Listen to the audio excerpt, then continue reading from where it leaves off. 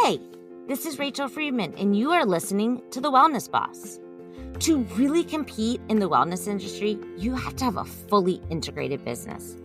That's why each week I will be answering your questions, sharing my stories, giving you tips and advice on how to create a business you love and that makes money. Let's get started.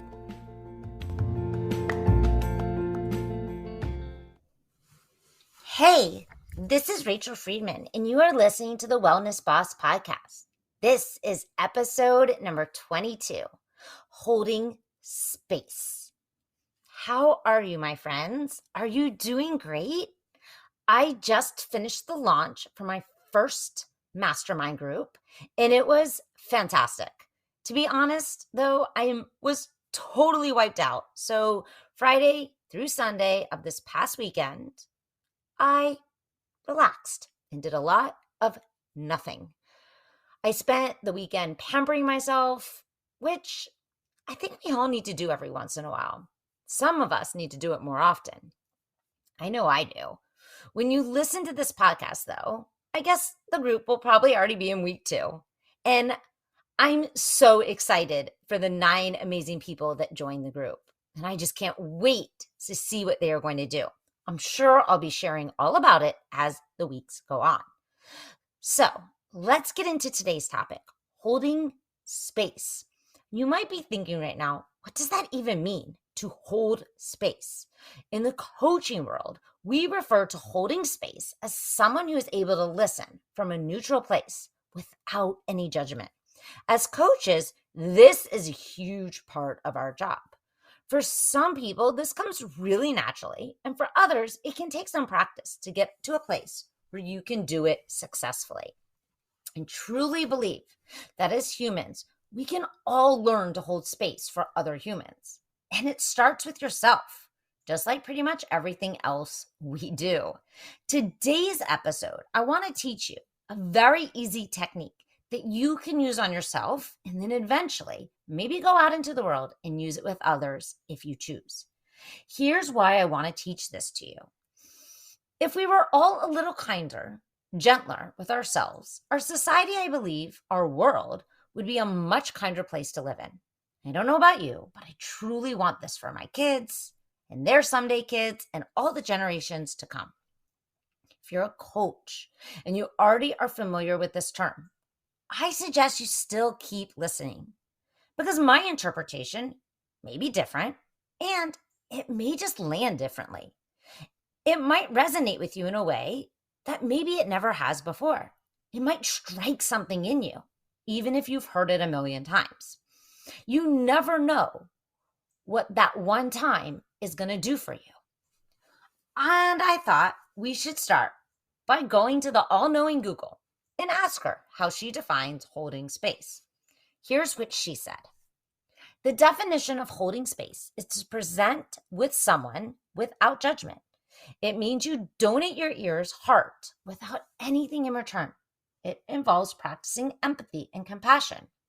So I guess my definition is pretty dang close to Google's. The only thing I would add is you're neutral and there's no judgment. That is the key point. The truth is, why would you want to do this for yourself or someone else? How would you benefit and how would they benefit? I can only share my personal experience, but for me, holding space for myself has enabled me to quantum leap my business. And if you're like, what does that even mean, Rachel? It means go from a tiny little baby to a full-grown adult, supporting itself. Yes, I give most of my increased success to this one thing. Doing this for myself every single day enables me to show up in a more authentic way and, let's be honest, hold more space for more people. Holding space for others feels so good. Now, I know that's not true for everyone. I know that's just my thought. For some people, they say it makes them super uncomfortable, that they struggle to do this because they don't feel like they're helping the other person, that they want to just give them all the answers and fix their problems. But again, that is also just a thought. So you can get to choose which one you want. So sit back for a moment. You wanting to give them answers in my opinion, comes from a judgmental place. Now, I'm not saying your intention is bad. Likely it's not. But who are you to determine what's best for someone else? A client was telling me on a call tonight that his therapist was telling him it's wrong for him to retire at an early age, that he should do more with his life. And if he doesn't need to work, then he should just be giving back constantly and constantly. Of course, I have my opinions.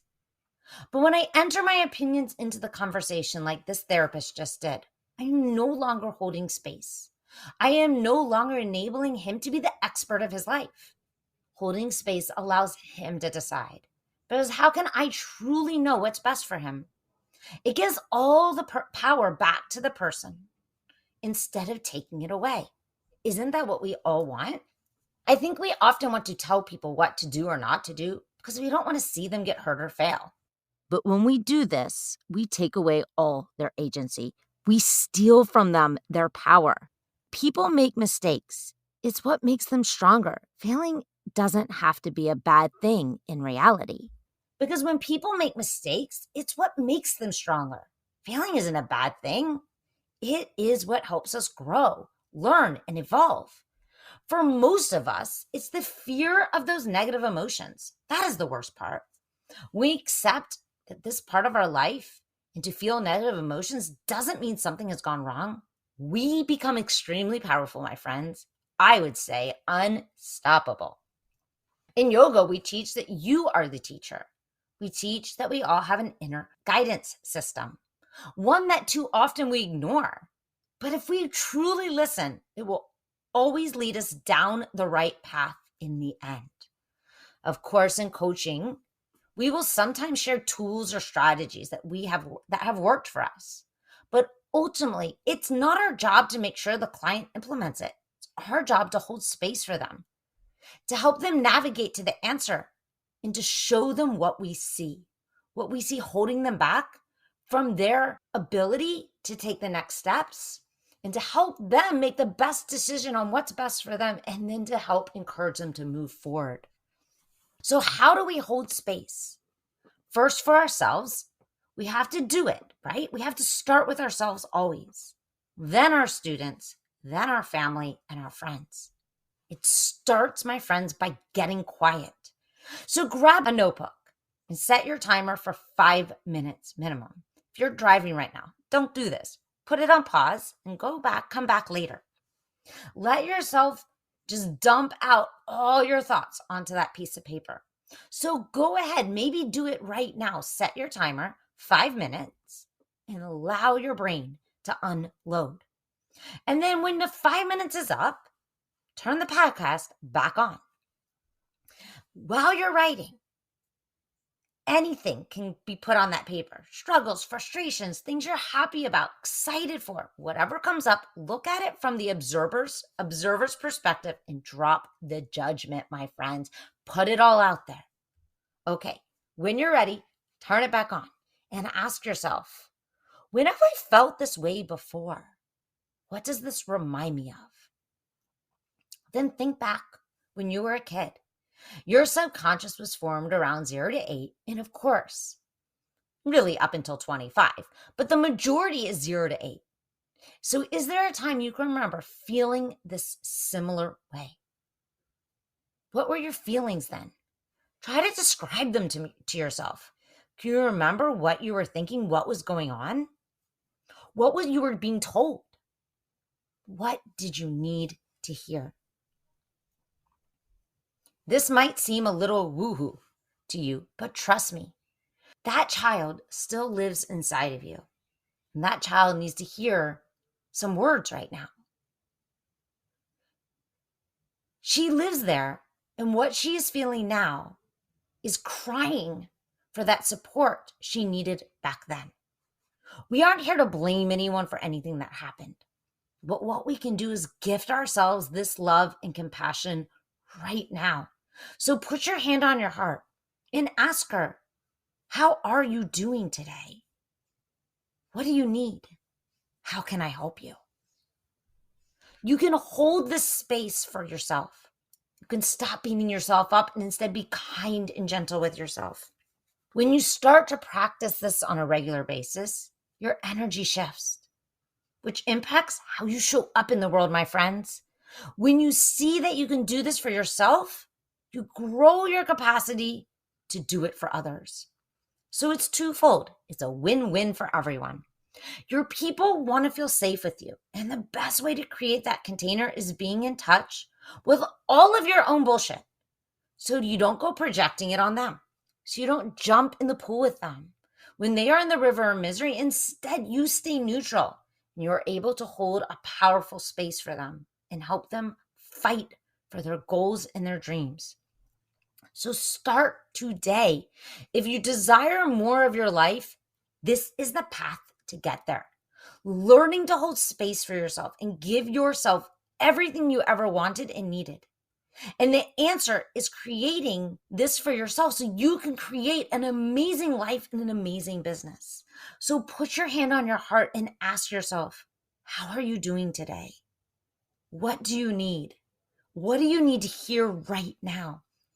And that adult now, give it to you right now. Validate yourself. Love on yourself. Be kind. Be gentle. This is what holding space is. When you do this for you, you can be capable of doing this for many. And it is a beautiful thing.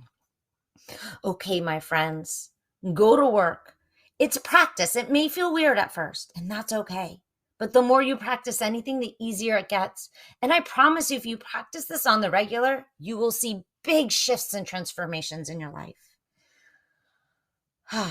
So that is what I have for today. I hope you all have the most amazing week. I'll see you next week for another episode of the Wellness Boss podcast. Till then, namaste, friends.